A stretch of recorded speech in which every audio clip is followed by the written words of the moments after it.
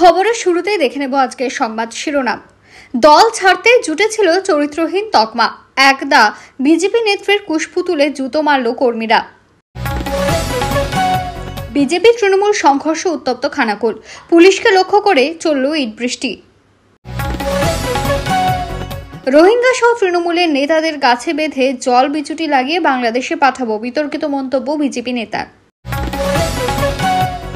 ছেলে হয়নি কেন? ৩২ বছরের বিয়ের পর স্ত্রীকে বাড়ি ছাড়া স্বামীর ৩ কন্যাকে নিয়ে ধরনা প্রৌঢ়ার। বাংলায় কবে হবে এসআইআর? রবির বৈঠকে মুখ খুললেন মুখ্য নির্বাচন কমিশনার জ্ঞানেশ কুমার।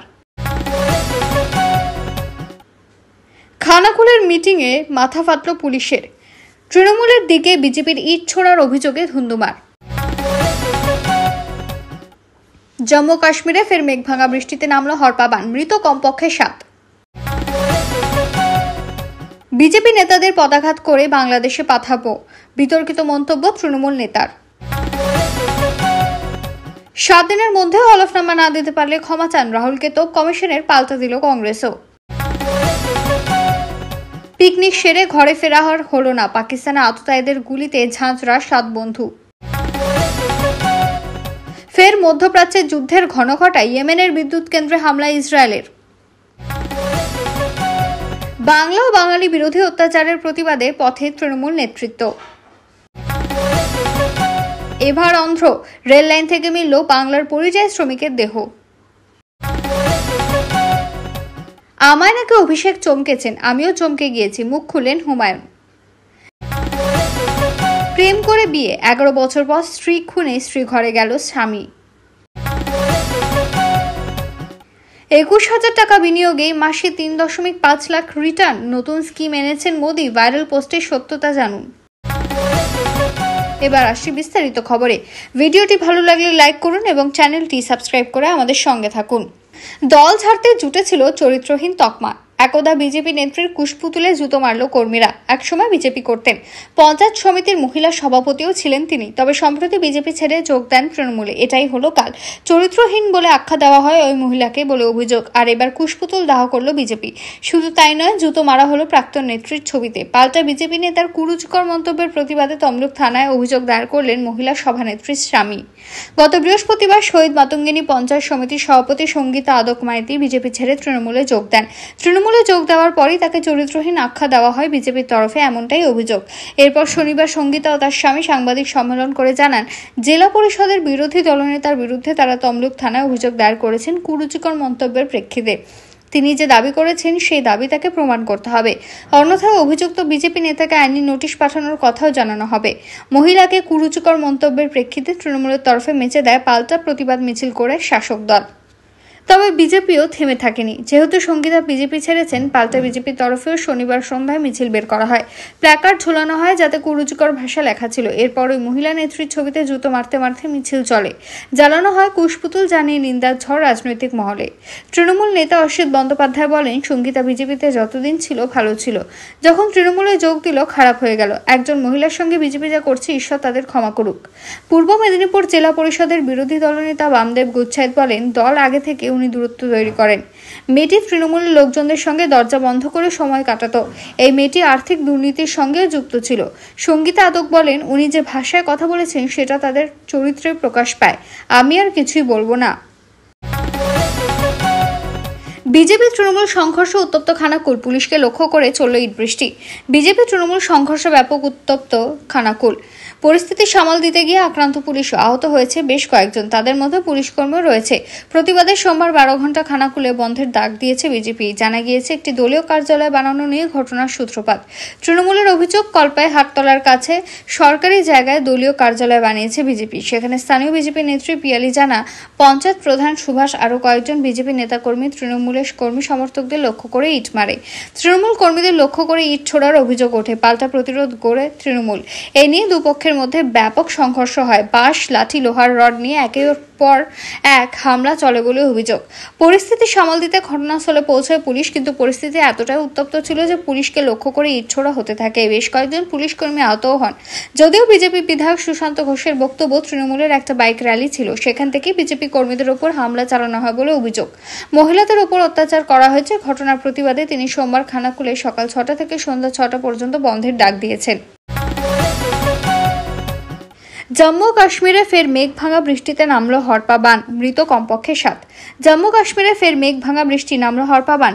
কিন্সওয়ারের পর এবার বিপর্যয় কাঠুয়া জেলায়। মেঘ ভাঙা বৃষ্টি এবং তার জেরে হরপা বানে জলের স্রোতে ভেসে কমপক্ষে 7 জনের মৃত্যু হয়েছে বলে খবর। শনিবার মধ্যরাত থেকে রবিবার ভোরের মধ্যে জম্মু কাশ্মীরের কাঠুয়া জেলার একটি গ্রামে মেঘ ভাঙা বৃষ্টি নামে। লাগাতার বৃষ্টিতে এরপরই হরপা বান আসে, ভেসে যায় গ্রামের একাংশ। রেল লাইন থেকে শুরু করে 44 নম্বর জাতীয় সড়কও হরপা বানে ভেসে গিয়েছে বলে খবর। এখনো পর্যন্ত 7 জনের মৃত্যুর খবর মিলেছে, আহত আরও অনেকে। বহু মানুষ জলের তোড়ে ভেসে গিয়েছেন বলেও আশঙ্কা করা হচ্ছে। কেন্দ্রীয় মন্ত্রী জিতেন্দ্র যাদব, যিনি জম্মু কাশ্মীরের উধমপুরের সাংসদ, তিনি জানিয়েছেন মেঘভাঙা বৃষ্টিতে একটি পুলিশ স্টেশন, 44 নম্বর জাতীয় সড়ক ও রেলওয়ে ট্র্যাক ক্ষতিগ্রস্ত হয়েছে। ইতিমধ্যে উদ্ধার কাজ শুরু হয়েছে। সেনা ও প্যারামিলিটারি ফোর্স উদ্ধার অভিযানে নেমেছে। মুখ্যমন্ত্রী ওমর আবদুল্লাহ এই ঘটনায় নিহতদের পরিবারের প্রতি শোক প্রকাশ করেছেন। প্রশাসনিক আধিকারিকদের দ্রুত উদ্ধার কাজের নির্দেশ দিয়েছেন তিনি। আবহাওয়া দপ্তরও জম্মু কাশ্মীর নিয়ে সতর্কতা জারি করেছে। ইতিমধ্যে কাঠুয়া জেলা আজ ভারী থেকে অতি ভারী বৃষ্টিপাতের সম্ভাবনা রয়েছে। নদী নালা তীরে যাওয়ার ক্ষেত্রে সতর্কতা অবলম্বন করতে বলা হয়েছে। ধস প্রবণ এলাকাগুলো এড়িয়ে চলতে বলা হয়েছে। নদীর জলস্তর বেড়ে হরপা বান ও ধসের সম্ভাবনা রয়েছে। রোহিঙ্গা সহ তৃণমূলের নেতাদের গাছে বেঁধে জল বিচুটি লাগিয়ে বাংলাদেশে পাঠাবো, বিতর্কিত মন্তব্য বিজেপি নেতার। রোহিঙ্গা সহ তৃণমূলের নেতাদের গাছে বেঁধে জল বিচুটি লাগিয়ে বুলডোজারে করে ঘোজাডাঙ্গা সীমান্ত দিয়ে বাংলাদেশে পাঠিয়ে দেওয়া হবে। সন্দেশখালীতে বিতর্কিত মন্তব্য বিজেপির সংখ্যালঘু সেলের কাসেম আলীর। বিজেপি নেতাদের মারধর দেওয়ারও নিদান দিলেন তিনি। কাসেম আলী বলেন, কোনো আপত্তি নেই, কোনো সমস্যা নেই। আমরা ভারতীয় মুসলমান, আমরা ভারতীয় হিন্দু, আমরা আছি, আমরা থাকবো। ভোট বৈতরণী পার হতে অনেকে পাড়ায় পাড়ায় উস্কানি দিচ্ছে। রোহিঙ্গা যদি চিহ্নিত হয় বা এসআইআরে তাদের নাম বাদ যায়, আর যে তৃণমূল কংগ্রেসের নেতারা ভোট ব্যাংক হিসেবে তাদের ব্যবহার করেছেন, তাদের সন্দেশখালী তথা বাংলার মানুষের কাছে পোস্টারে বেঁধে রাখবেন জল বিচুটি লাগবে। এসআইআর হওয়ার পর রোহিঙ্গাদের নিয়ে গোজাডাঙ্গায় যাবে, জেসিবি করে ওপারে পাঠাবে। পাল্টা বিজেপি নেতারা এই মন্তব্যে সন্দেশখালীর বিধায়ক সুকুমার মাহাতো বলেন, বিজেপির পায়ের তলায় মাটি নেই, তাই উস্কানিমূলক কথা বলছে। সন্দেশখালীর এই সভায় উপস্থিত ছিলেন বিজেপি সংখ্যালঘু সেলের রাজ্য কমিটির সদস্য কাশেম আলী ও বসিরহাট সাংগঠনিক জেলার সভাপতি সুকল্যাণ বৈদ্য। সন্দেশখালী আন্দোলনের অন্যতম প্রতিবাদী মুখ পিয়ালি দাস ওরফে মাম্পি। একদিকে বিজেপি নেতা যখন এহেন মন্তব্য করছেন, তখন অন্যদিকে মালদার তৃণমূল নেতা আব্দুল রহিম বক্সি বলেন, চুলের মুঠি ধরে বাংলাদেশে পুশ ব্যাক করব, তারপর ক্ষমা চেয়ে নেব। ছেলে হয়নি কেন? 32 বছরের বিয়ের পর স্ত্রীকে বাড়ি ছাড়া স্বামীর। 3 কন্যাকে নিয়ে ধর্ণা প্রৌঢ়ার। প্রেম করে বিয়ের পর 32 বছরের সংসার, কিন্তু পুত্র সন্তান না হওয়ায় স্ত্রীকে মারধরের অভিযোগ স্বামীর বিরুদ্ধে। শুধু তাই নয়, স্ত্রীকে বাড়ি থেকে তাড়িয়েও দেওয়া হয়েছে বলে অভিযোগ। স্ত্রীর মর্যাদার দাবিতে শ্বশুরবাড়ির সামনে 3 কন্যাকে নিয়ে ধর্ণায় বসলেন প্রৌঢ়া। চাঞ্চল্যকর ঘটনাটি ঘটেছে মালদার হরিশ্চন্দ্রপুরে। স্থানীয় সূত্রে জানা গেছে, দীর্ঘ 35 বছর আগে হরিশ্চন্দ্রপুরের আলিপুর গ্রামের শেখ রাহাতুল হকের সঙ্গে প্রেম করে বিয়ে হয় দক্ষিণ 24 পরগনা জেলার বারুইপুর থানার ঘোলা গ্রামের সাহিদা বেগমের। বিয়ের কয়েক বছর পর কন্যা সন্তানের জন্ম দেন সাহিদা বেগম। অভিযোগ, পুত্র সন্তান চাইতেন স্বামী শেখ রাহাতুল, সেজন্য মানসিক ও শারীরিকভাবে নির্যাতনও শুরু হয় বলে অভিযোগ। এর পরবর্তী কয়েক বছরে দম্পতির 2 পুত্র সন্তান জন্মালেও তাদের বাঁচানো সম্ভব হয়নি। পরবর্তীকালে 2 কন্যা সন্তানের জন্ম দেন সাহিদা। 3 কন্যা সন্তান হতেই মহিলার উপর শারীরিক ও মানসিক অত্যাচার আরও বাড়ে। শুধু তাই নয়, 3 কন্যা সহ স্ত্রীকে বাড়ি থেকে শেখ রাহাতুল তাড়িয়ে দেন বলে অভিযোগ। 3 সন্তানকে নিয়ে বাপের বাড়িতেই থাকছিলেন মা। নির্মাণ শ্রমিক হিসেবে তিনি কাজ শুরু করেন। কঠিন পরিশ্রমের মধ্য দিয়ে তিনি মেয়েদের বড় করেন, তাদের বিয়েও দেন। যদিও মাঝের এই সময়ের মধ্যে শেখ রাহাতুল হক আরও 2টি বিয়ে করেন। তৃতীয় পক্ষের স্ত্রী মারাও যান বলে খবর। দ্বিতীয় স্ত্রীকে নিয়ে শেখ রাহাতুল হক মধ্যে সংসার শুরু করেছেন বলে খবর। স্ত্রীর মর্যাদা অধিকার ফিরে পেতে বৃহস্পতিবার মালদার হরিশ্চন্দ্রপুরের ওই বাড়িতে গিয়েছিলেন প্রৌঢ়া। অভিযোগ, তাকে ফের মারধর করে বাড়ি থেকে বের করে দেওয়া হয়। এরপর আজ রবিবার ওই বাড়ির সামনে 3 কন্যাকে নিয়ে ধর্নায় বসেন প্রৌঢ়া। ঘটনায় চাঞ্চল্য ছড়িয়েছে এলাকায়। বাংলায় কবে হবে এসআইআর? রবির বৈঠকে মুখ খুললেন মুখ্য নির্বাচন কমিশনার জ্ঞানেশ কুমার। নির্বাচনের আগে কেন বিশেষ এবং নিবিড় পরিমার্জন, এই বিতর্ককে কেন্দ্র করে কবে থেকে কমিশনের বিরুদ্ধে আসর সাজিয়েছে বিরোধী দলগুলো। এছাড়া ভোট কারচুপি, ভুয়ো ভোটার অভিযোগের তালিকায় থেকেছে বরাবর সংযোজনের মতো। রবিতে সেই সব প্রশ্নের উত্তর দিতেই বসেছিলেন দেশের নির্বাচন কমিশন। ভোট ও ভোটার সংক্রান্ত নানা ইস্যুতে সাংবাদিক বৈঠক করে কমিশন। উপস্থিত ছিলেন মুখ্য নির্বাচন কমিশন গণেশ কুমার এবং নির্বাচন কমিশনার সুখবীর সিংহ সাহু এবং বিবেক যোশী। তবে বেশিরভাগ সময়টাই উত্তর দিতে দেখা যায় জ্ঞানেশ কুমারকে। ভোট কারচুপি, রাজনৈতিক দলগুলির তোলা অভিযোগ, বিহারে এসআইআর সমস্ত ইস্যুতেই উত্তর দেন তিনি। এতগুলো প্রসঙ্গ যখন উঠলো, বাংলায় বা বাদ যায় কেন? বাংলাতেও তো এসআইআর নিয়ে কথা হচ্ছে, প্রস্তুতিও কার্যত শুরু হয়ে গিয়েছে। কিন্তু কবে ভোটার তালিকার নিবিড় পরিমার্জন করা হবে সে নিয়ে এখনো কিছু জানায়নি কমিশন, জানালো না রবিবারের বৈঠকেও। তবে একটি বার্তা দিয়েছে কমিশনার, সেটাই যথেষ্ট বলে মনে করছে ওয়াকিবহাল মহল। এদিন জ্ঞানেশ কুমার জানান, এই সংক্রান্ত বিষয়ে যারা 3 জন মিলে সিদ্ধান্ত নেন তারা এখনো সিদ্ধান্ত নেননি। পশ্চিমবঙ্গ বা দেশের অন্য কোনো রাজ্যে কবে থেকে ভোটার তালিকার বিশেষ ও নিবিড় পরিমার্জন শুরু হবে তা পরবর্তীকালে সঠিক সময় ঘোষণা করে দেওয়া হবে বলে জানান তিনি। বিজেপি নেতাদের পদাঘাত করে বাংলাদেশে পাঠাও, বিতর্কিত মন্তব্য তৃণমূল নেতার। এবার বিজেপি নেতাদের পদাঘাত করে বাংলাদেশে পুশব্যাকের হুমকি তৃণমূল নেতার। ভয়ঙ্কর অভিযোগ, তৃণমূল নেতাকে বলতে শোনা যায়, চুলের মুঠি ধরে বাংলাদেশে পুশব্যাক করব, তারপর ক্ষমা চেয়ে নেব। প্রকাশ্যে হুমকি দিতে শোনা যায় মালদা তৃণমূল জেলা সভাপতি আব্দুল রহিম বক্সিকে। পাল্টা বিজেপির বক্তব্য, মানুষের মধ্যে বিভেদ ছড়াচ্ছে তৃণমূল। মালদা দলীয় একটি অনুষ্ঠানে আব্দুল বলেন, বন্ধু বিজেপি, তোমাদেরও চুলের মুঠি ধরে পিটাতে পিটাতে বাংলাদেশে পুশব্যাক করে দেব, তারপর আমিও ক্ষমা চেয়ে নেব। বলবো বিজেপি যে বাঙালি সেটা আমি বুঝতেই পারিনি, বিজেপি করছে বলে বাংলার মানুষ নয় আমি বুঝতে পারিনি, তাই ভুল করে বাংলা থেকে বাংলাদেশে পাঠিয়ে দিয়েছি। বিজেপি বঙ্গ স্বপ্ন দেখছে।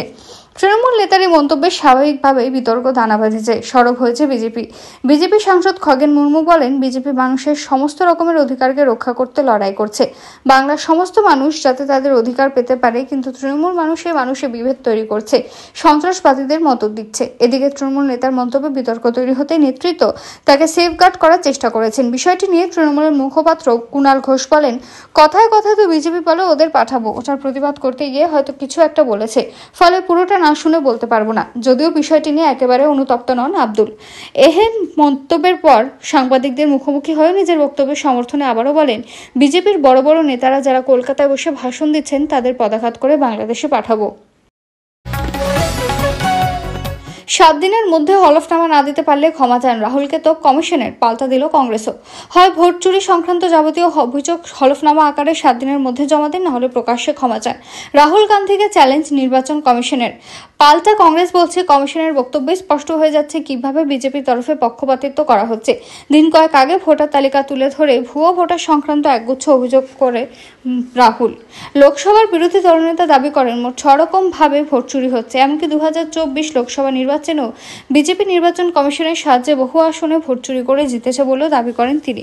গত কয়েকদিন লাগাতার এই অভিযোগে সরব হচ্ছেন রাহুল। এমনকি ভোটমুখী বিহারে রবিবার থেকে ভোট অধিকার যাত্রাও শুরু করেছেন লোকসভা বিরোধী দলনেতা। রবিবার মূলত রাহুলের সেই অভিযোগগুলোর জবাব দেওয়ার জন্য সাংবাদিক বৈঠক করে কমিশন। ভোট চুরির মতো আপত্তিকর শব্দ ব্যবহার করে বিভ্রান্তি ছড়ানোর অভিযোগের নাম না করে লোকসভার বিরোধী দলনেতা রাহুল গান্ধীকে তুলোধনা করেন মুখ্য নির্বাচন কমিশনার জ্ঞানেশ কুমার।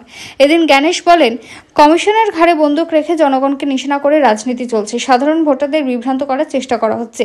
এভাবে মিথ্যেকে সত্যি করা যাবে না। মুখ্য নির্বাচন কমিশনারের সাফ কথা, ভোট চুরির মতো আপত্তিকর শব্দ ব্যবহার করে দেশকে বিভ্রান্ত করা হচ্ছে। এটা সংবিধানের অপমান ছাড়ার কিছুই নয়। এই ধরনের এত নিখুঁত প্রক্রিয়ার পর এত ভিত্তিহীন অভিযোগ করা হচ্ছে, এর উদ্দেশ্য কি সেটা বোঝাই যাচ্ছে। জ্ঞানেশ কুমার কংগ্রেসের নেতার উদ্দেশ্যে চ্যালেঞ্জ ছুড়ে দিয়ে বলেন, রাহুল গান্ধী যে সব অভিযোগ করেছেন 7 দিনের মধ্যে সেগুলোর প্রমাণ সহ হলফনামা দিতে হবে, নাহলে দেশবাসীর উদ্দেশ্যে ক্ষমা চাইতে হবে। আর সেটা না করলে ধরে নেওয়া হবে রাহুলের অভিযোগ ভ্রান্ত।